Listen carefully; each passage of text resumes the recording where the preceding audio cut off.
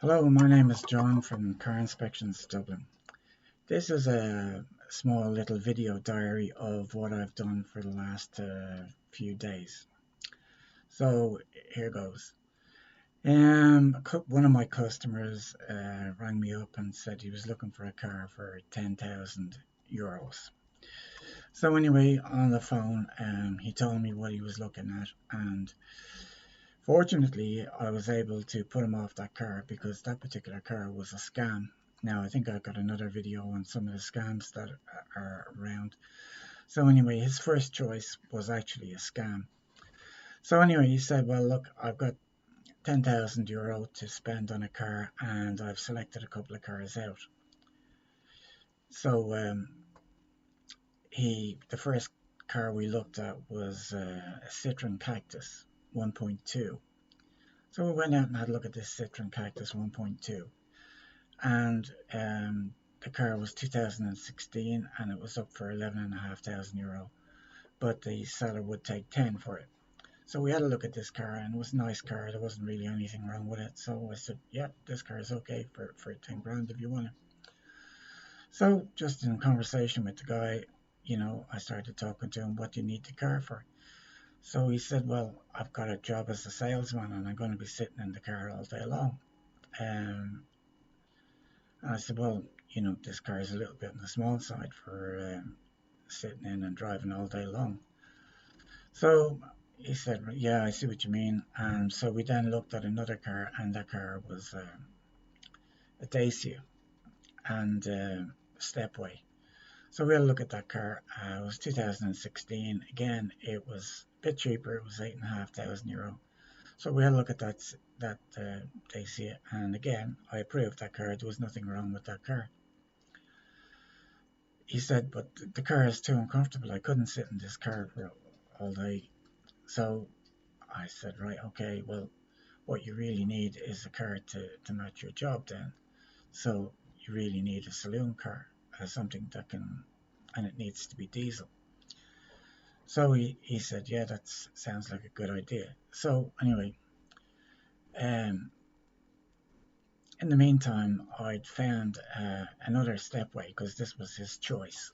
So I'd found another one which was a little bit newer. It was 2018 and it had lower mileage on it and a higher specification, had air conditioning and a few more bells and whistles, reverse camera and a few more things. So we had a look at that one, and also that car was perfect. There was nothing really wrong with that car. So he said, but I couldn't sit in this car all day long, it's too uncomfortable. So the next car we had a look at was a bit out of his budget, but we had a look at it anyway, and that was a Ford Mondeo 1.5 diesel. This was the top of the range car, and I checked that car out. Now, it drove lovely, looked nice, everything looked good in the car, very low mileage on that particular car. But when I put the computer on it, it showed that it had a fault in the DPF temperature sensor. So I went into the computer in the car and I had a look, and you can look at the various different things working on the car through the computer.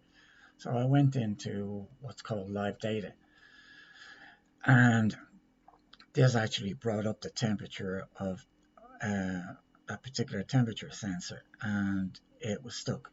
It just wasn't moving. It didn't matter how hot the car got. Theoretically, if I pressed on the accelerator, the temperature should rise up on that, but it didn't. So other than that, the car was lovely.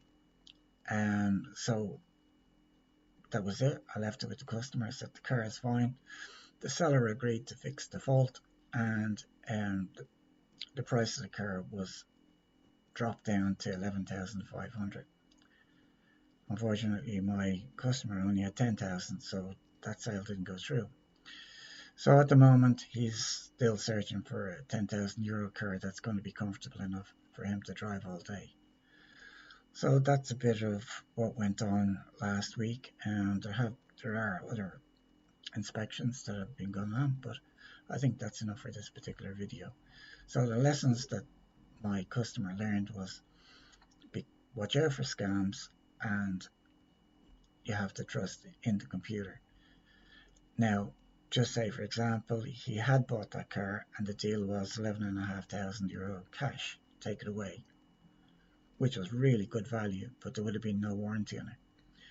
But with that particular fault in the car, even though it's only a sensor, a small sensor that costs maybe, I don't know, €50, if that fault wasn't rectified within a few hundred miles, the DPF filter would block and the engine light would go on, and it would have to be fixed anyway.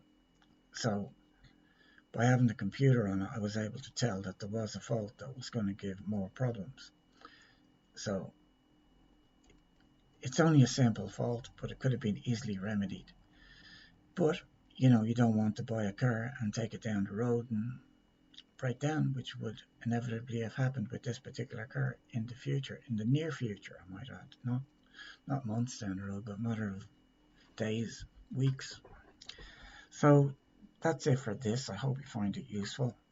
And if you want your car professionally checked, give me a call. You'll talk directly to me. And thank you for watching.